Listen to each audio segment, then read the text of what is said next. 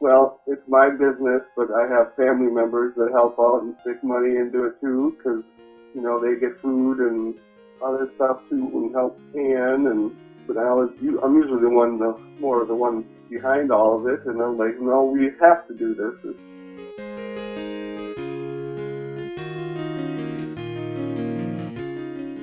Put any other fertilizer, it washes away, it runs down our creeks, our rivers, and eventually out to the ocean or whatever. And with like worm castings, it doesn't do that. It doesn't wash away, and it doesn't hurt the frogs that are in our creeks and rivers.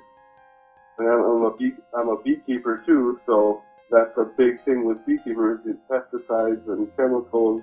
They're the ones like frogs and bees are like the first ones on the front lines to start being affected by all that stuff. Frogs, they get 3, 4 legs.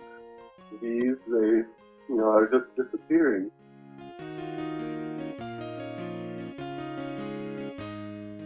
The last couple of years have been really rough years for gardeners.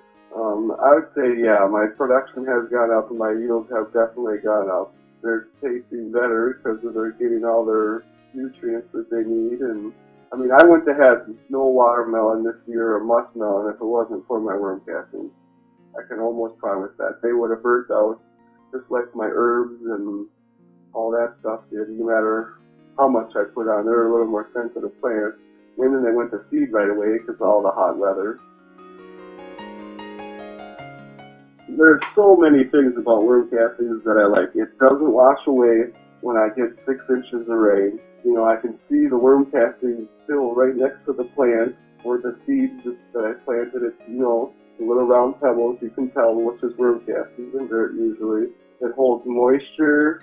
I could, touch it and not, worrying about getting people sick or myself sick or hurting the land. It's just, there's so many little things, it scares off certain bugs, it keeps certain bugs away.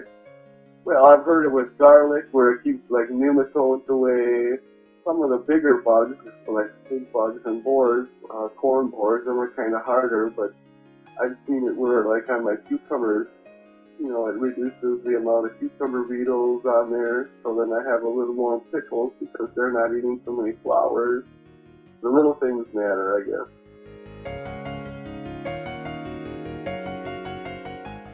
Like in the greenhouse, I plant the seed and the worm castings go on top and then I water. That's where I see most of my benefits with germination, healthier plants. It holds moisture in a greenhouse. That's a really big deal because it gets sometimes 100 degrees in there while it's 60, 75 degrees outside.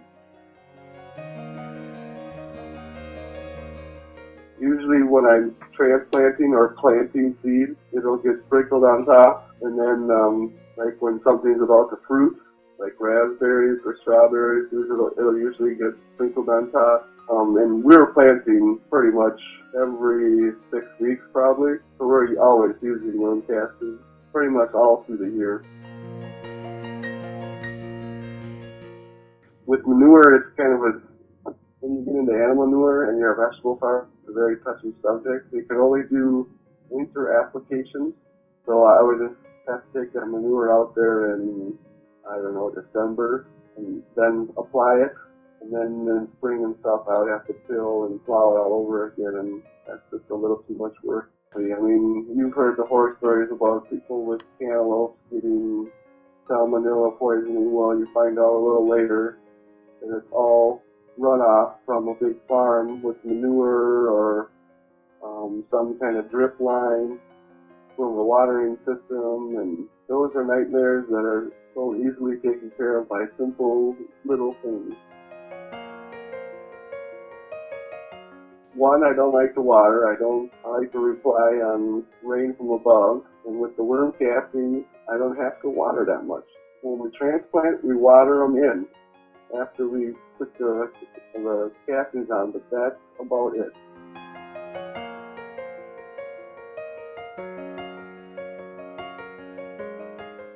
I got cousins and nephews, going to Pomeda and going to buy tomato plants, and they're like, I ain't buying them things.